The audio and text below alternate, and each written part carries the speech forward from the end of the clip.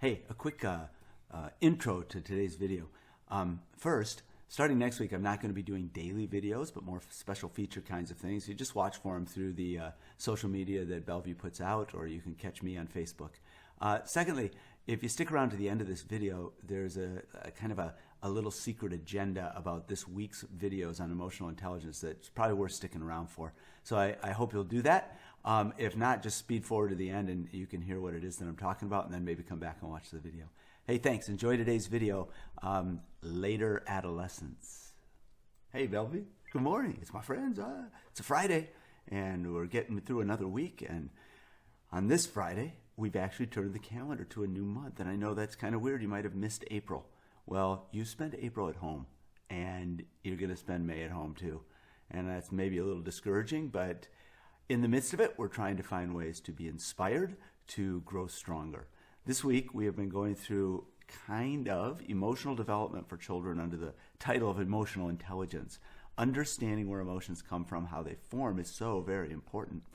And so we've reached the very end. We've gone through birth to 3 and the wiring of emotions, and through the time where imaginary play and play becomes so important in understanding, where we begin to tell ourselves stories and to understand and make a strategy to deal with our emotions.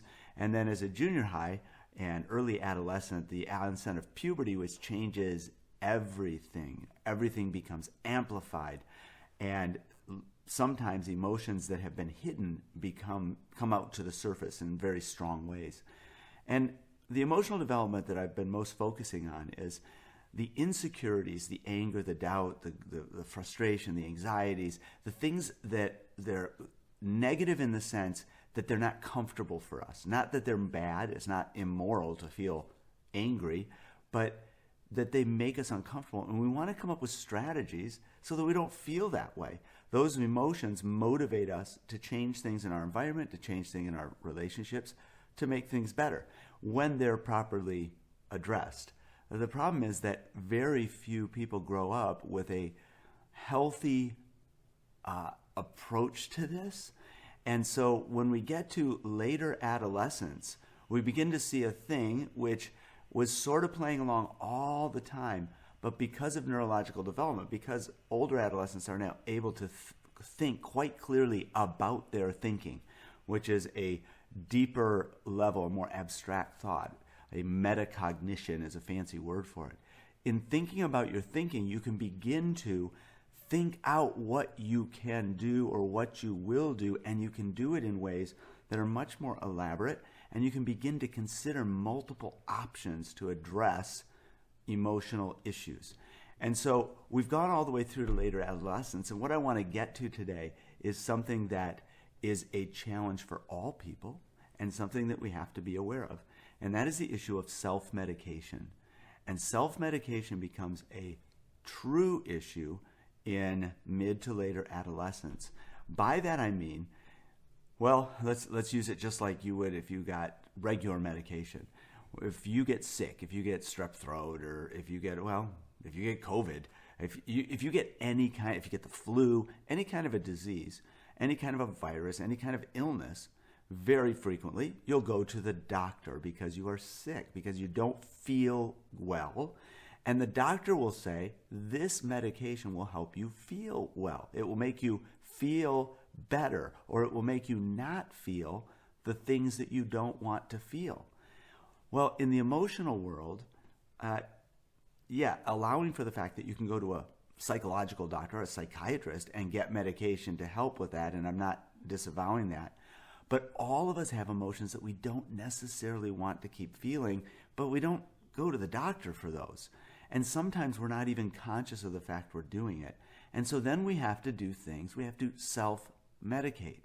And self-medication become the things that we turn to that make us feel comfortable.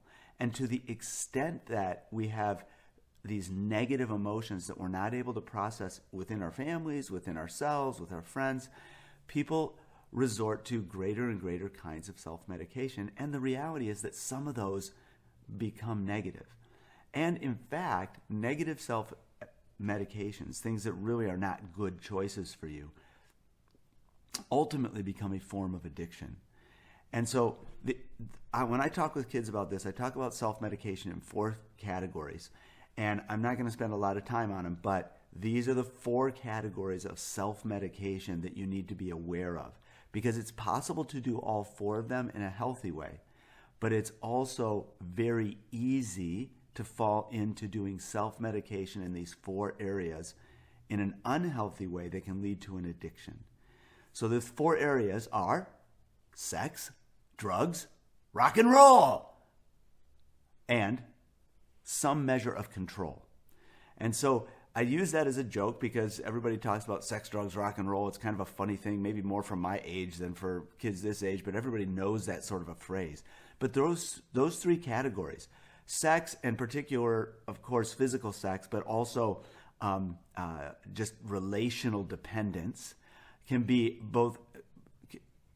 an area that devolves into self-medication, because there's also the natural curiosity and the natural attraction that's taking place during this time.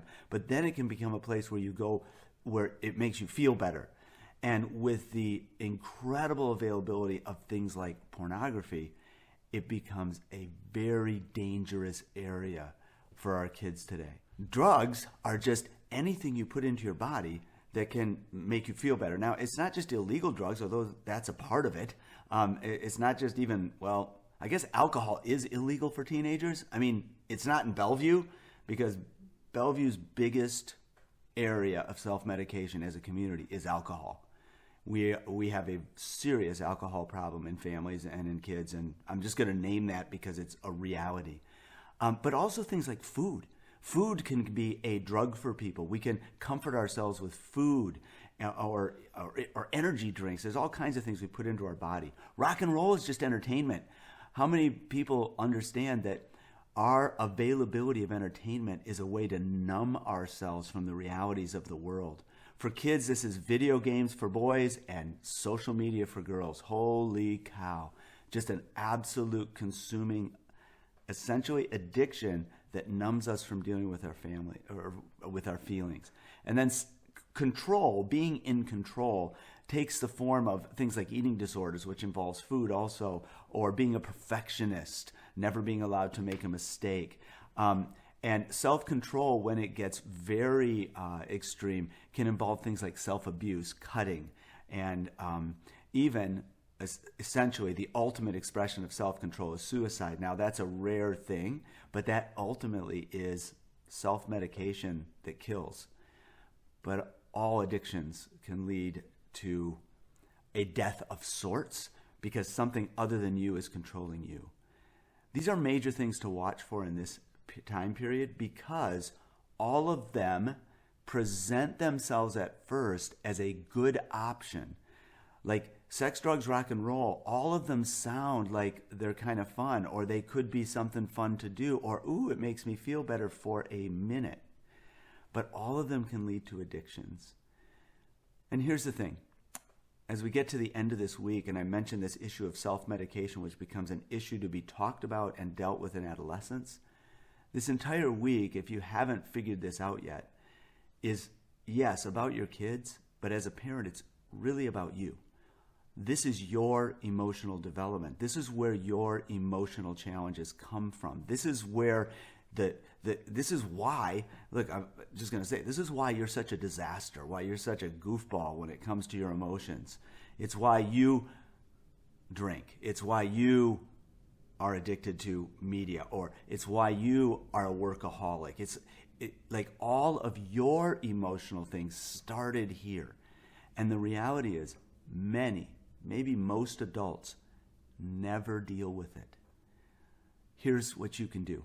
You can help your children deal with their emotions, and you can help them process through the negative emotions that they don't want to feel, and so they develop strategies for, and you can talk them through with it, and you can help them come up with healthy ways. You can help them learn healthy self-medication in those 4 areas, because it is possible to do relationships well and have them help. It is possible to manage the intake of things and it actually help you, the drug category, and sometimes even prescription drugs can help with emotional things. It is possible to manage entertainment as a way to distance yourself from the realities of life without becoming addicted. It's possible to learn to use control as a way to control and regulate your emotions. These are all possible in a healthy way, but it takes a lot more work.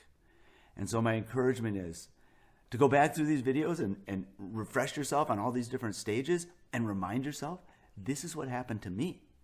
This is my parenting. This is my emotions. This is why I get angry. This is why I'm so sad. And be patient with yourself. And then help your children deal with these things in a healthy way. So this is a walk through emotional intelligence. And the ultimate goal was having emotional intelligence about yourself, because it will make you a better parent. It will make you a better person. And it will help your children become the adults that you want them to be. Thank you very much. Starting next week, Bellevue inSPIREd is going to go to a different format. I'm probably not going to be doing daily videos anymore, but more special feature kinds of things. But if you have any questions or comments, please get a hold of me. You can contact me through my school email, and it's listed in the notes below. Thank you very much, and have a wonderful weekend.